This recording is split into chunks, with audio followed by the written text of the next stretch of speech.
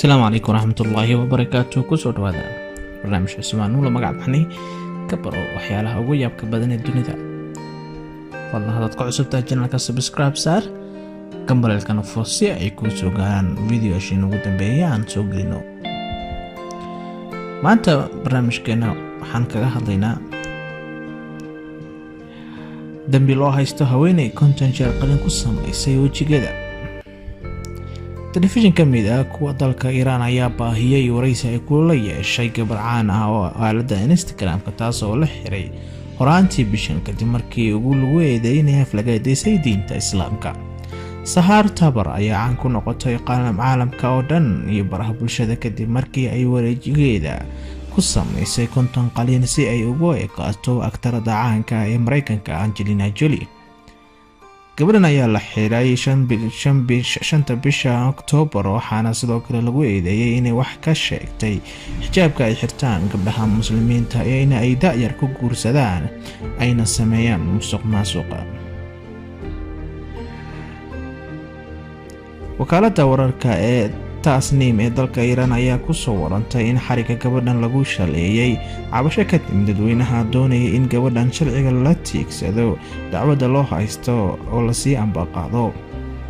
bil kadib telefishinka Iranian Channel 2 ayaa baahiyay waraysi uu la yeeshay gabadhan oo ku tilmaamay in ay sameysay talaabooyin argagax leh si ay caan ugu noqoto baraha bulshada. arrintaas ayna saameyn xoog leh ku yeelatay nolosheeda. gabadhan ayuu telefishinka sheegay in ay tahay gabadh madi ah oo aysan jirin ilmo kale oo la dhashay waalidkeedna ay mar hore kala tageen.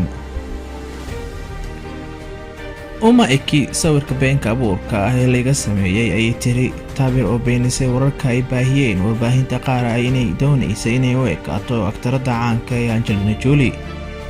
yaraanteeda waxaan doonayay inaan noqdo qof caan ah ayaa raacisay 22 jirkan oo sidoo kale aad u sawiradeeda u soo dhigta baraha bulshada.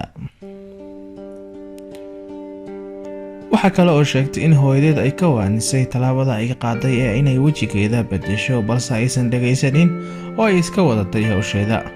waxa kale oo sheegtay in dad kale ay kula taliyeen in wajigeeda bedesho. mararka qaar hadallada ayuu ku sheegayaan dadka aadan aqoonin iyo in saaxiibadaada waxay ku muhiimsan yihiin kuwa ku sheegaya waalidka ay tiri. talaabadan ay qaaday Sahar Tabar ayaa xilligaasi dood ka dhex abuurtay dalka Iran iyo guud ahaan baraha bulshada oo qaar badan ay ka mid yihiin dadka waxa ay sheegeen in gabadhan ay markii hore quruxsanayd haatan ay ku dheeshay muuqaalkii wanaagsanaa ee uu lahayd halka kuwa kalena ay ku doodeen inay ikhtiyaar u leedahay inay bedesho wajigeeda iyo in kale. dad badan ayaana aad uga carooday waraysiga telefishinka la yeeshay gabadhan oo qaar ka mid ahna ku andacoonayeen inaysan ku hadlin hadal micno u sameeyay daawadayaasha halka qaar kalena ay u arkayeen qof xanuunsan oo aan loo baahnayn in la waraysto kuwaasoo aad uga caraysanaa eedeymaha loo jeediyay gabadhan oo ahaan inay goftay diinta Islaamka. mid ka mid ah dadkaas ayaa waxa uu yiri Sahar Tabar ayaa soo fariisiyeen telefishinka sababta waxay leedahay waxyaalo jirkeeda ku xadhan sababtoo ah waxay lacag ka samaysaa barta Instagram-ka ay ku leedahay taasoo waxaana dhihi karaa waxay ka dhigan tahay in Iran ay ka jirto xorriyadda hadalka. dad badan ayaa aad uga hadlay xariga gabadhan oo qaarkan waxa ay sheegeen aysan ku baraarugsanayn muuqaalka la sheegay inay duubtay oo ay ugu gaftay diinta Islaamka oo haddii ay garan lahayd aysan u bareeri lahayn khatarta ay gashay iminka. waxa halkaasi noogu eega barnaamijkeeni maanta. barnaamij la mudan intaan ku kulmi doona aniga Muxtarif Production idin leh.